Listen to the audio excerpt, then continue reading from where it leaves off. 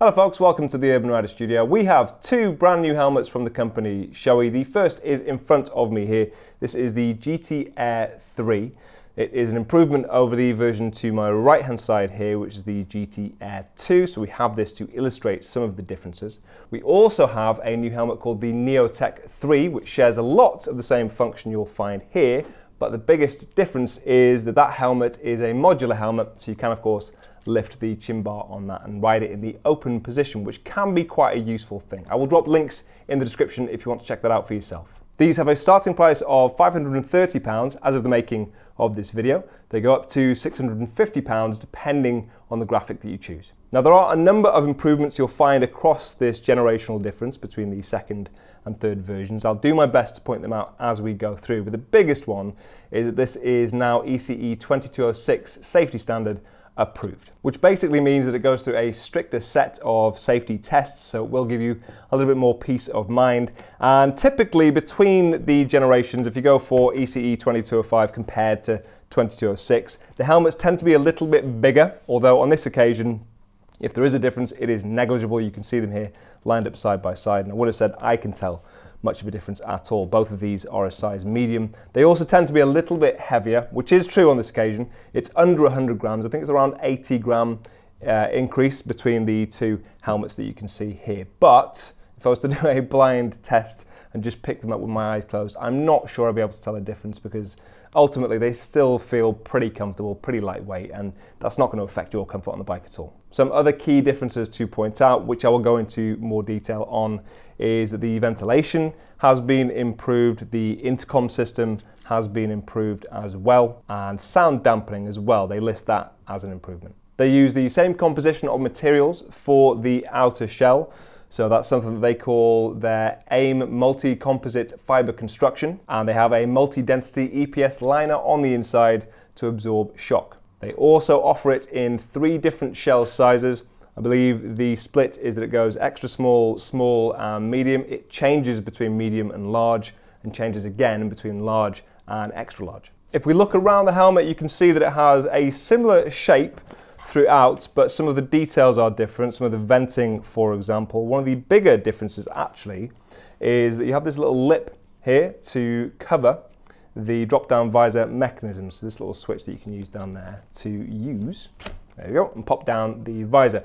So sometimes that will catch a breeze on previous designs. So having extended that lip further, that should divert air away from that. That's obviously a difference on both sides, as you can see, over the previous generation. Then you'll notice on the top, these vents are moved slightly forward, and then the top vent here actually is slightly easier to use. It also feels nicer in the hands, feels a little bit more solid than the previous generation. There are no exhaust vents that I can see at the back of the helmet, but airflow on this helmet shouldn't be too much of a problem. You've still got enough ventilation across this. Obviously, you also have one on your chin bar as well, which is, again, very easy to operate. You can see the word Pinlock Evo inside the visor there, referring to the fact that you have Pinlock included. As you can see, we have it fitted on this visor, and it is quite substantial. It does cover a huge amount of your vision, so it shouldn't get in the way or get into the peripheral area of your vision either. And you can get different visors for this. The mechanism, or at least the lip, is also centrally located on this occasion, as opposed to the previous generation where it's on the side. That's not really a huge difference, and you'd get used to either one, I'm sure, but it is really easy to use in any regard. And obviously it's ratcheted there, you can lock it in certain positions, which is always handy. It has an internal drop-down sun visor. Now, I own helmets that both have that internal visor and some that don't. With the ones that don't, fair enough, you can just stick on a tinted visor in the summer, and I do.